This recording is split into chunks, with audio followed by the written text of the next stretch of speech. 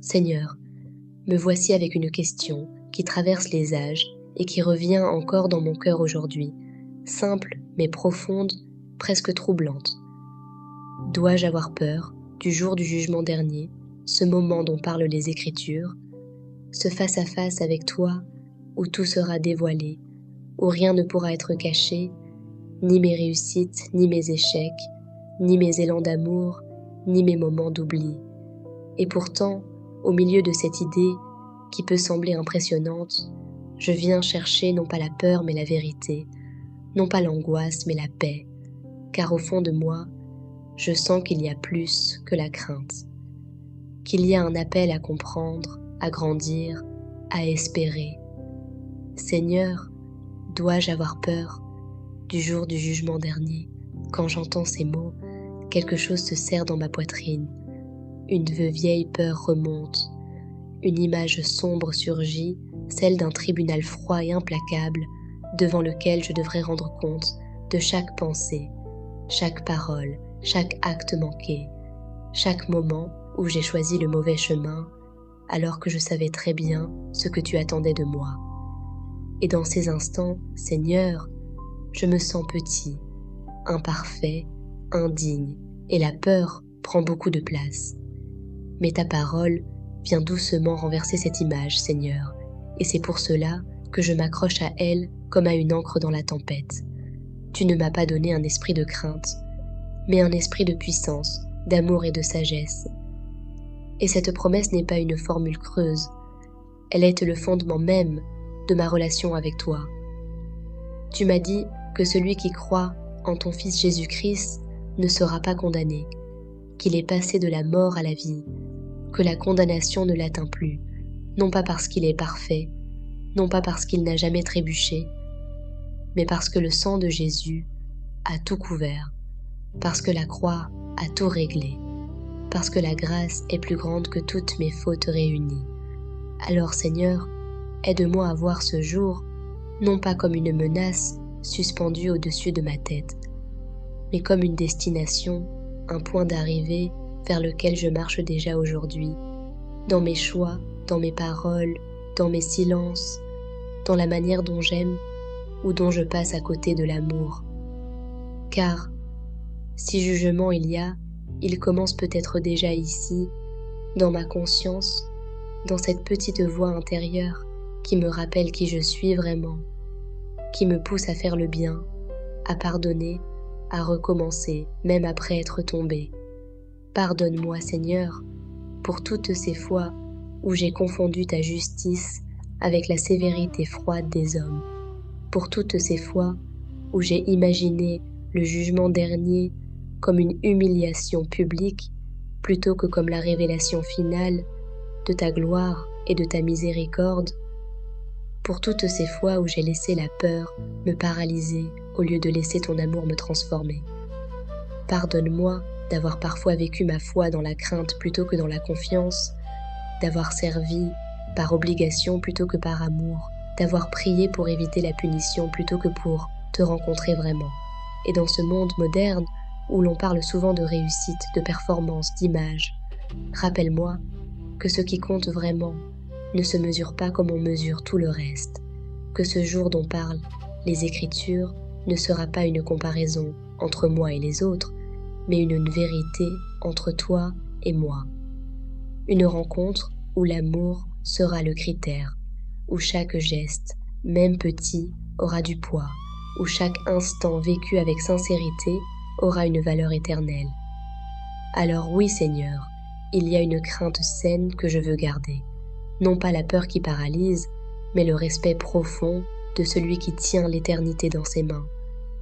La conscience que mes choix d'aujourd'hui ont un poids réel, que la manière dont je traite les autres, dont je vis ma foi, dont j'aime ou refuse d'aimer, a une portée qui dépasse ma vie terrestre. Cette crainte-là est bonne. Elle me garde humble. Elle me pousse à me relever après chaque chute. Elle m'empêche de m'endormir dans la tiédeur et l'indifférence spirituelle. Mais par-dessus tout, Seigneur, fais que ce soit l'amour qui gouverne ma vie et non la peur. L'amour parfait que tu as pour moi et que tu veux faire grandir en moi. Cet amour qui chasse toute crainte, qui me donne la paix, même face à l'incertitude, qui me permet de regarder l'avenir et l'éternité, non pas avec angoisse, mais avec une espérance vivante et indestructible. Fais que je vive chaque jour comme une préparation joyeuse à ce rendez-vous avec toi, non pas dans la terreur, mais dans l'anticipation de celui qui sait qu'il sera accueilli par un Père et non jugé par un juge sans pitié. Amen. Seigneur, me voici avec une question qui traverse les âges et qui revient encore dans mon cœur aujourd'hui, simple mais profonde, presque troublante.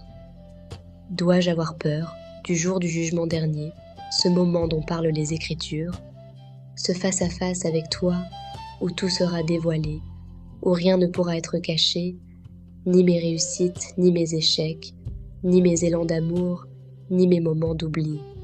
Et pourtant, au milieu de cette idée qui peut sembler impressionnante, je viens chercher non pas la peur mais la vérité, non pas l'angoisse mais la paix, car au fond de moi, je sens qu'il y a plus que la crainte, qu'il y a un appel à comprendre, à grandir, à espérer. Seigneur, dois-je avoir peur du jour du jugement dernier? Quand j'entends ces mots, quelque chose se serre dans ma poitrine. Une vieille peur remonte. Une image sombre surgit, celle d'un tribunal froid et implacable, devant lequel je devrais rendre compte de chaque pensée, chaque parole, chaque acte manqué, chaque moment où j'ai choisi le mauvais chemin, alors que je savais très bien ce que tu attendais de moi. Et dans ces instants, Seigneur, je me sens petit, imparfait, indigne, et la peur prend beaucoup de place. Mais ta parole vient doucement renverser cette image, Seigneur, et c'est pour cela que je m'accroche à elle comme à une ancre dans la tempête. Tu ne m'as pas donné un esprit de crainte, mais un esprit de puissance, d'amour et de sagesse. Et cette promesse n'est pas une formule creuse, elle est le fondement même de ma relation avec toi. Tu m'as dit que celui qui croit en ton Fils Jésus-Christ ne sera pas condamné, qu'il est passé de la mort à la vie, que la condamnation ne l'atteint plus, non pas parce qu'il est parfait, non pas parce qu'il n'a jamais trébuché, mais parce que le sang de Jésus a tout couvert, parce que la croix a tout réglé, parce que la grâce est plus grande que toutes mes fautes réunies. Alors Seigneur, aide-moi à voir ce jour, non pas comme une menace suspendue au-dessus de ma tête, mais comme une destination, un point d'arrivée vers lequel je marche déjà aujourd'hui, dans mes choix, dans mes paroles, dans mes silences, dans la manière dont j'aime ou dont je passe à côté de l'amour. Car, si jugement il y a, il commence peut-être déjà ici, dans ma conscience, dans cette petite voix intérieure qui me rappelle qui je suis vraiment, qui me pousse à faire le bien, à pardonner, à recommencer, même après être tombé. Pardonne-moi, Seigneur, pour toutes ces fois où j'ai confondu ta justice avec la sévérité froide des hommes, pour toutes ces fois où j'ai imaginé le jugement dernier comme une humiliation publique plutôt que comme la révélation finale de ta gloire et de ta miséricorde, pour toutes ces fois où j'ai laissé la peur me paralyser au lieu de laisser ton amour me transformer. Pardonne-moi d'avoir parfois vécu ma foi dans la crainte plutôt que dans la confiance, d'avoir servi par obligation plutôt que par amour, d'avoir prié pour éviter la punition plutôt que pour te rencontrer vraiment. Et dans ce monde moderne où l'on parle souvent de réussite, de performance, d'image, rappelle-moi que ce qui compte vraiment ne se mesure pas comme on mesure tout le reste, que ce jour dont parlent les Écritures ne sera pas une comparaison entre moi et les autres, mais une vérité entre toi et moi. Une rencontre où l'amour sera le critère, où chaque geste, même petit, aura du poids, où chaque instant vécu avec sincérité aura une valeur éternelle. Alors oui, Seigneur, il y a une crainte saine que je veux garder, non pas la peur qui paralyse, mais le respect profond de celui qui tient l'éternité dans ses mains, la conscience que mes choix d'aujourd'hui ont un poids réel, que la manière dont je traite les autres, dont je vis ma foi, dont j'aime ou refuse d'aimer, a une portée qui dépasse ma vie terrestre. Cette crainte-là est bonne. Elle me garde humble. Elle me pousse à me relever après chaque chute. Elle m'empêche de m'endormir dans la tiédeur et l'indifférence spirituelle. Mais par-dessus tout, Seigneur, fais que ce soit l'amour qui gouverne ma vie et non la peur.